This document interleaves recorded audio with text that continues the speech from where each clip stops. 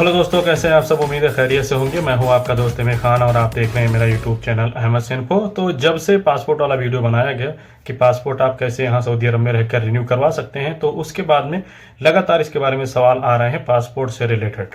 जैसे कि बहुत सारे दोस्तों के सवाल हैं कि हमारा पासपोर्ट में डेट ऑफ बर्थ जो है वो गलत है या हम उसको चेंज करवाना चाहते हैं, तो क्या ये चेंज हो पाएगा और इसके लिए डॉक्यूमेंट क्या रिक्वायर्ड होंगे। हम अपने पासपोर्ट को ECNR करवाना चाहते हैं, तो इसके लिए क्या जरूरी है, क्या प्रोसेस है। इसके अलावा बहुत सारे लोग एड्रेस और उन नाम वगैरह में भी कुछ फेरबदल करवाना चाहते हैं, तो इन सारी चीजों के लिए क्या डॉक्यूमेंट रिक्वायर्ड होंगी और क्या क्या इसका प्रोसेस होगा। तो इस वीडियो में हम देखेंगे कि अगर हम अपने पासपोर्ट की डेट ऑफ बर्थ चेंज करवाना चाहते हैं तो उसके लिए क्या डॉक्यूमेंट रिक्वायर्ड होंगे और क्या इसका प्रोसेस होगा। और इसके अलावा अगर आप चाहते हैं कि आपका पासपोर्ट ECNR हो जाए तो उसके लिए क्या प्रोसेस है और क्या डॉक्यूमेंट है। अभी इस वीडियो में इन्हीं दो चीजों को कवर किया जाएगा। आने वाले दिनों में और भी पासपोर्ट से रिलेटेड जो भी टॉपिक हैं उन तमाम चीजों को धीरे धीरे करके एक एक वीडियो में कवर कर दिया जाएगा। और अगर आप पासपोर्ट के सारे वीडियो एक जगह पर देखना चाहें या इसके अलावा किसी भी दूसरे टॉपिक के सारे वीडियो एक जगह पर देखना चाहें, तो आप कोई भी वीडियो देख रहे हैं तो यहाँ चैनल पर क्लिक करें, चैनल के नाम पर, और उसके बाद में यहाँ प्लेलिस्ट पर क्लिक करें और यहाँ प्लेलिस्ट में आप देख सकते हैं कि सारे वीडियो मौजूद हैं। तो पासपोर्ट वाले वीडियो यहाँ पर मौजूद हैं। पासपोर्ट से रिलेटेड जो भी वीडियो आने वाले हैं या जो अपलोड किए जा चुके हैं, ये सारे वीडियो आपको यहीं पर मिल जाएगा। आपको कहीं अलग अलग ढूंढने की जरूरत नहीं है। और इस वीडियो को मैं चाहूँ मतलब सारे वीडियोस को एक ही वीडियो में बना दिया जाए, लेकिन ये बहुत लंबा हो जाएगा, फिर घंटों लग जाएंगे। तो इसीलिए इस वीडियो को अलग अलग पार्ट में किया जा रहा है ताकि आपको जो भी जरूरत है वही वीडियो देखें। पासपोर्ट की डेट ऑफ बर्थ चेंज करने का प्रोसेस और रिक्वायर्ड डॉक्यूमेंट बताने से पहले पासपोर्ट के बारे में एक अहम जानकारी आप लोगों के साथ शेयर करना जरूरी समझता हूँ। वो ये है कि देखें, पासपोर्ट आपका बहुत ही यूनिक और अहम डॉक्यूमेंट है। इसको जब भी आप बनवाएं या इसमें आप कुछ भी बदलाव करवाना चाहें तो कम से कम कोशिश करें कि एजेंट का सहारा न लें। अगर आप एजेंट का सहारा लेते हैं तो एजेंट जो है आपका कोई भी डॉक्यूमेंट नहीं रहेगा, वो अपनी तरफ से सबमिट कर देगा, लेकिन वो फर्जी होगा। आपको दोबारा उस डॉक्यूमेंट की जरूरत होगी तो आप उस डॉक्यूमेंट को प्रोवाइड नहीं करवा पाएंगे। ये चीजें ध्यान रखें। और एक चीज और, अगर आप अपना पासपोर्ट बनवाते वक्त या उसमें दोबारा से कोई संशोधन करवाते हैं, कोई बदलाव करते हैं, किसी भी चीज में कोई बदलाव करते हैं पासपोर्ट के, और आप उसमें फ्रॉड डॉक्यूमेंट, गलत डॉक्यूमेंट, जाली डॉक्यूमेंट लगाते हैं, सबमिट करते हैं, और ये डॉक्यूमेंट आपका वेरीफाई करते हुए जब आपका पासपोर्ट वेरीफाई होता है तो उसमें ये गलत पाया जाता है, तो आपके ऊपर 5,000 रुपए से लेकर 50,000 रुपए तक का जुर्माना किया जा सकता है।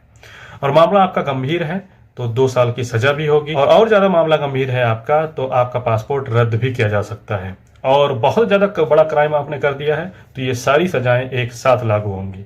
ध्यान रखें, ये जुर्माना जो है पहले 500 से 5,000 था, लेकिन अब चूंकि इसमें बहुत ज्यादा संशोधन के लिए आवेदन आ रहे हैं तमाम पासपोर्ट की जहां भी ऑफिसेस हैं, जहां भी पासपोर्ट बनते हैं, तो इसको देखते हुए भारत सरकार ने इसका जुर्माना 10 गुना बढ़ा दिया है। जैसे कि पासपोर्ट का आप डेट ऑफ बर्थ चेंज करवाना चाहते हैं तो उसके लिए सबसे पहले तो जरूरी है कि आपको अपना अपॉइंटमेंट लेना है, और अपॉइंटमेंट के लिए ये वीडियो बनाया जा चुका है, आप जाकर इसे देख सकते हैं। और इसके अलावा आपके पास 2 फोटो होना चाहिए, passport size photo 2x2 inch का, और जिसका बैकग्राउंड व्हाइट होना चाहिए। इसके अलावा आपका ओरिजिनल पासपोर्ट आपके पास होना चाहिए, और इसके अलावा आपके पासपोर्ट के आगे पीछे के 2-2 पेजेस की कॉपी यानी उसकी जीरोक्स कॉपी आपके पास होनी चाहिए। इन 2-2 पेज के अलावा अगर कहीं और बीच में पासपोर्ट अथॉरिटी ने कोई मोहर वगैरह मारी है, कोई ऑब्जर्वेशन किया है, तो उसकी भी जीरोक्स कॉपी आपके पास होनी चाहिए। इसके अलावा अगर आप ये काम सऊदी अरब में करवा रहे हैं तो आपके पास होना चाहिए आपका इकामा जो कि वैलिड होना चाहिए, और आपके पास अफसर भी होना चाहिए जिससे कि आपके इकामे की वैलिडिटी चेक किया जा सके। इसके अलावा जो पैसा लगेगा वो तो जरूरी है ही, उसको आप जानते ही हैं। तो ये तो जरूरी चीज थी, बेसिक चीज थी। अब डॉक्यूमेंट इसके लिए समझ लें। भारतीय पासपोर्ट सेवा की वेबसाइट पर जो document date of birth prove करने के लिए मान्य है वो कुछ इस तरह से है, आपकी स्क्रीन पर भी दिख रहा है और मैं आपको यहाँ पर बताते चलता हूँ। सबसे पहले तो है बर्थ सर्टिफिकेट, और बर्थ सर्टिफिकेट अगर आप चाहे डेट ऑफ बर्थ चेंज करवाना चाहते हैं और या डेट ऑफ बर्थ का स्थान यानी कहाँ पर आपका जन्म हुआ था वो चेंज करवाना चाहते हैं, तो ये दोनों चीजों के लिए मान होगा बर्थ सर्टिफिकेट। लेकिन बर्थ सर्टिफिकेट ये होना चाहिए अगर आप शहर में काम कर रहे हैं या आपका घर शहर में है, आपका बर्थ जो है शहर में है, तो वो म्यूनिसिपालिटी से जारी होना चाहिए। इसके अलावा अगर आप गांव वगैरह में कर रहे हैं तो तहसील से जारी हुआ होना चाहिए। इसके अलावा यहाँ पर है कि स्कूल का TC, और किसी लाइफ इंश्योरेंस आपने कोई जीवन बीमा करवाया है तो उसमें भी अगर आपकी नई वाली डेट ऑफ बर्थ जो आप चेंज करवाना चाहते हैं, जो आप नए पासपोर्ट में डलवाना चाहते हैं, तो वो भी डॉक्यूमेंट के तौर पर अप्रूव किया जाएगा। इसके अलावा Aadhaar card, election photo, identity card, जिसको हम आमतौर पर पहचान पत्र कहते हैं, ड्राइविंग लाइसेंस और इसके अलावा पैन कार्ड भी डेट ऑफ बर्थ के लिए मान्य होंगे। अगर आपके पास सिर्फ बर्थ सर्टिफिकेट है तो वही काफ़ी होगा, लेकिन अगर आपके पास बर्थ सर्टिफिकेट नहीं है तो कम से कम कोशिश करें कि इन तमाम प्रूफ में से जो मैंने अभी आपको बताया, इनमें से 2 डॉक्यूमेंट अपने साथ लेकर जाएं, ताकि आपका पक्ष जो है मजबूत रहे, आपको डॉक्यूमेंट के लिए परेशान ना होना पड़े। तो ये प्रोसेस था आम लोगों के लिए जो थोड़े से कम पढ़े लिखे हैं या जो बिल्कुल भी नहीं पढ़े लिखे हैं। इसके अलावा जो एक्सपर्ट हैं, जो पढ़ लिख लेते हैं, थोड़ा बहुत जानते हैं, तो वो अगर चाहें तो ऑनलाइन फॉर्म भी भर सकते हैं। ऑनलाइन फॉर्म भरने का तरीका इस वीडियो में बताया गया है, आप इस वीडियो को देखकर भर सकते हैं। बस आपको इस वीडियो से अलग क्या करना है ऑनलाइन फॉर्म भरते वक्त डेट ऑफ बर्थ चेंज करवाने के लिए, कि जब आप इस जगह पर पहुंचें तो यहाँ पर पार्टिकुलर चेंज वाला ऑप्शन है, इस पर आप क्लिक कर दें। तो उसके बाद इस साइड में और ऑप्शन बन के आ जाते हैं, तो यहाँ पर डेट ऑफ बर्थ पर क्लिक करें। और फिर जब आप आगे बढ़ते हैं तो जहाँ भी डेट ऑफ बर्थ डालने का ऑप्शन मिले आपको, वहाँ पर आप नया वाला डेट ऑफ बर्थ डालें जो आप अभी डलवाना चाहते हैं। और ध्यान रखें जो आप डाल रहे हैं उसी के हिसाब से आपके पास डॉक्यूमेंट मौजूद होना चाहिए। तो डेट ऑफ बर्थ का टॉपिक लगभग कंप्लीट हुआ और अब बात करते हैं पासपोर्ट को ECNR करवाने के बारे में। देखिए, इंडियन पासपोर्ट में आम तरह से 2 स्टेटस होते हैं, एक होता है ECR और दूसरा होता है ECNR। और ECR का मतलब होता है कि जिसका भी पासपोर्ट ECR होगा वो जब इंडिया से बाहर किसी वीजे पर, काम वाले वीजे पर जाएगा, तो पहले उसको अपने पासपोर्ट पर, या अपने लिए आप समझ लें कि पहले उसको अपना इमिग्रेशन क्लियरेंस जरूरी होगा। और इसका मतलब यही होता है ECR यानी इमिग्रेशन क्लियरेंस रिक्वायर्ड।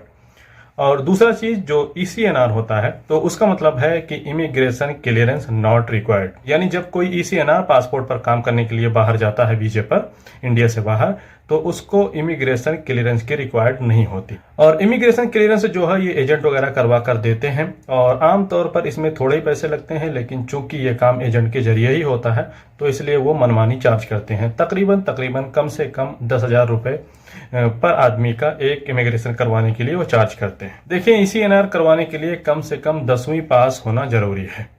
और 10वीं पास अगर आप हैं तो आप इंडिया में जब अपना पासपोर्ट बनवाएं तभी आपका पासपोर्ट ECNR हो जाएगा।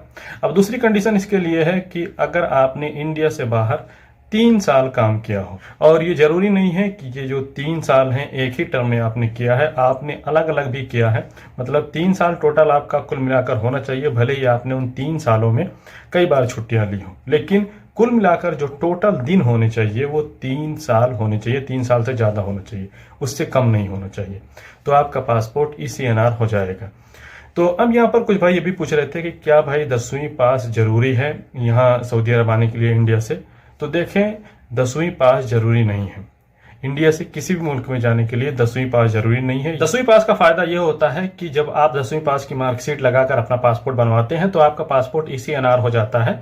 और फिर जब भी आप इंडिया से बाहर कहीं काम करने के लिए जाएंगे तो उसके लिए इमिग्रेशन क्लियरेंस की रिक्वायरमेंट नहीं होगी।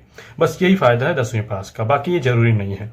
तो अब बहुत सारे दोस्त इस चीज को मैंडेटरी समझ के, जरूरी समझ के, वहीं इंडिया में उनका पासपोर्ट पहले से ECR बना रहता है, लेकिन उसको ECNR करवाने के लिए वो एजेंट के थ्रू कुछ पैसे देकर जाली फर्जी मार्कशीट लगाकर अपना पासपोर्ट ECNR करवा देते हैं। तो इस चीज से सावधान रहें। भले ही आप 10-20 हजार इंडिया में इमिग्रेशन के लिए दे दें और उसके बाद में जब आप बाहर आए, एक टर्म में आए या 2 टर्म में आए, जब 3 साल आपको बाहर इंडिया से बाहर रहते हुए हो जाए तो यहीं से अपना पासपोर्ट ECNR करवा लें। इसमें बहुत ज्यादा फर्क नहीं पड़ने वाला है, क्योंकि आप 10,000 15,000 ECNR के लिए भी देंगे और 10 से 20 हजार लगेंगे आपको 2 बार इमिग्रेशन करवाने के लिए। अब जैसे कि आप लोगों को पता चल ही गया कि 3 साल से ज्यादा अगर आपने इंडिया से बाहर काम किया है तो आपका पासपोर्ट जो है ECNR के लिए एलिजिबल है। तो इसके लिए रिक्वायरमेंट क्या है? रिक्वायरमेंट यही है कि सबसे पहले तो आपके पास अपॉइंटमेंट होना चाहिए, और अपॉइंटमेंट का वीडियो ये है, जैसे कि मैंने आपको पहले ही बताया कि अपॉइंटमेंट कैसे लेना है, उसका वीडियो पोस्ट किया जा चुका है, आप चाहें तो देख सकते हैं। अपॉइंटमेंट जरूरी है। इसके अलावा आपका ओरिजिनल पासपोर्ट जो आपको ECNR करवाना है वो होना चाहिए। इसके अलावा आपके पासपोर्ट के आगे के 2 पेज की, पीछे के 2 पेज की, और बीच में अगर कहीं पासपोर्ट अथॉरिटी ने कोई ऑब्जर्वेशन डाला है आपके पासपोर्ट पर तो उसका भी फोटो कॉपी आपके पास होना चाहिए। इसके अलावा 2 फोटो होना चाहिए पासपोर्ट साइज 2x2 इंच के वाइट बैकग्राउंड के साथ में। इसके अलावा आपके पास इकामा होना चाहिए और इकामा वैलिड होना चाहिए, और इसके अलावा आपके पास अवसर भी हो तो ज़्यादा अच्छा है, जिसके जरिए आपके इकामे की वैलिडिटी चेक किया जा सके। और इन तमाम चीज़ों के अलावा आप जानते ही हैं कि पैसे तो आपको ले ही जाने हैं, तो इन तमाम चीज़ें लेकर अपना अपॉइंटमेंट लेटर लेकर जिस जगह पर आपने अपॉइंटमेंट लिया है वहाँ पर जाएं और अपना काम करवाएं। वहाँ पर जब जाएं, फॉर्म भरें तो वहाँ पर उनको बता दें कि हाँ ECNR करवाना है।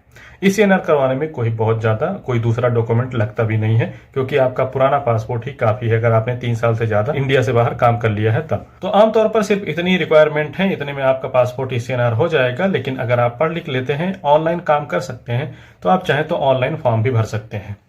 ऑनलाइन फॉर्म भरने का फायदा यह होता है कि आपको वहां पर जाने के बाद में ज़्यादा कागजी कार्रवाई नहीं करनी पड़ेगी। और ऑनलाइन फॉर्म कैसे भरना है आपको इस वीडियो में मौजूद है, जिस वीडियो में मैंने बताया था कि आप अपना पासपोर्ट रिन्यू कैसे करेंगे।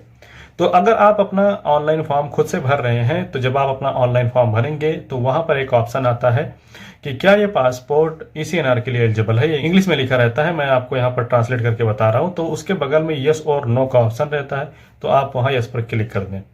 तो वो फॉर्म अगर खुद से भरते हैं तो वो फॉर्म और इसके अलावा अपॉइंटमेंट लेटर लेकर वहां पर जाएं। और अगर आप ऑनलाइन फॉर्म खुद से नहीं भरते तो सिर्फ अपॉइंटमेंट लेटर और बाकी के डॉक्यूमेंट जो बताए गए हैं वो सारी चीज़ें लेकर वहां पर जाएं और वहां पर आपका काम हो जाएगा।